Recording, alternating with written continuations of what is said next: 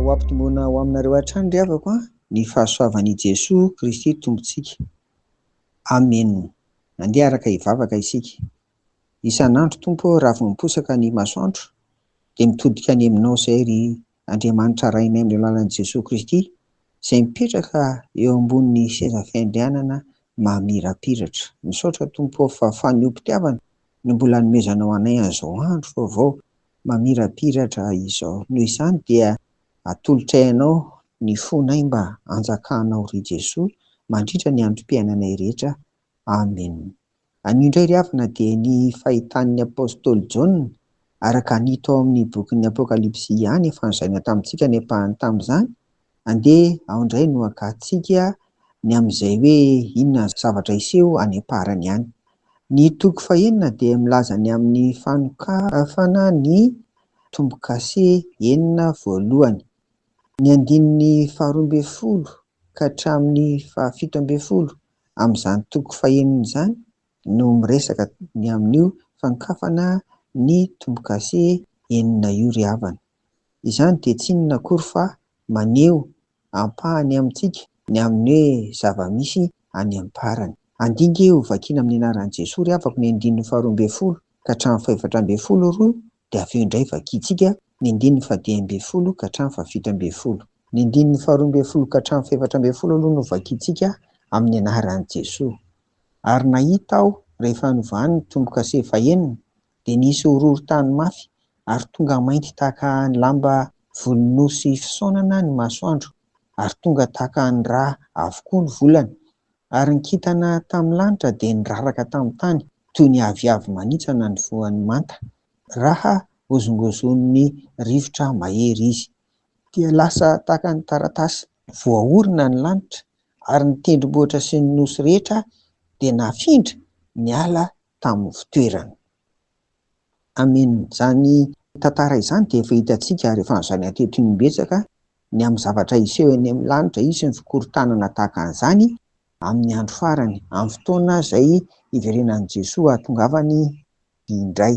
Tsy dia hivalapatra amin'iny isika fa andeha vakiana indray ny toy andeha ny andininy 10 ka hatramin'ny 17. Ary ny mpanjakan'ny tany sy ny lehibe sy ny mpifehy arivo sy ny mpanan-karena sy ny lehilahy mahery mba amin'ny andevo rehetra sy ny tsy andevo rehetra dia nihery tao amin'ny lavaka sy tao amin'ny vatolampy eny an-tendrombohitra. Ary hoy izy tamin'ny tendrombohitra sy ny vatolampy: "Nindray rà aminay ka feno izahay amin'ny tavan'ilay mipetraka eo ambonin'ny seza fiandrianana sy ny fahatezerany zanak'ondry, fa tonga ny andro lehibe amin'ny fahatezerinareo ka iza no mahajanona?" Amen. Izany koa izany dia ampahany amin'ny zava-misy ry havana hitantsika eo ny amin'izany hoe zavatra iseho any amin'ny any am-parany ihany izany. Ny hitantsika miharihary eto izany dia ny mponiny tany rehetra dia hiaran'ny vohina lehibe. Io izany tsy misy ankanavaka na manan-karena na mahantra na avo razana na iva razana na avo saranga na ambany saranga raha fiteny koa izany, fa tsisy hanavahana na iza na hitantsika mpanan-karena andevo sy ny sisa voalaza teo daholo. Ireo izany dia tsy ahazaka mihitsy an'io fotoana io ka isy ny hangataka mihitsy ary isy ny andeha hiafina any anaty lavaka amin'ny vatolampy. Hitantsika izany amin'ny andininy 19.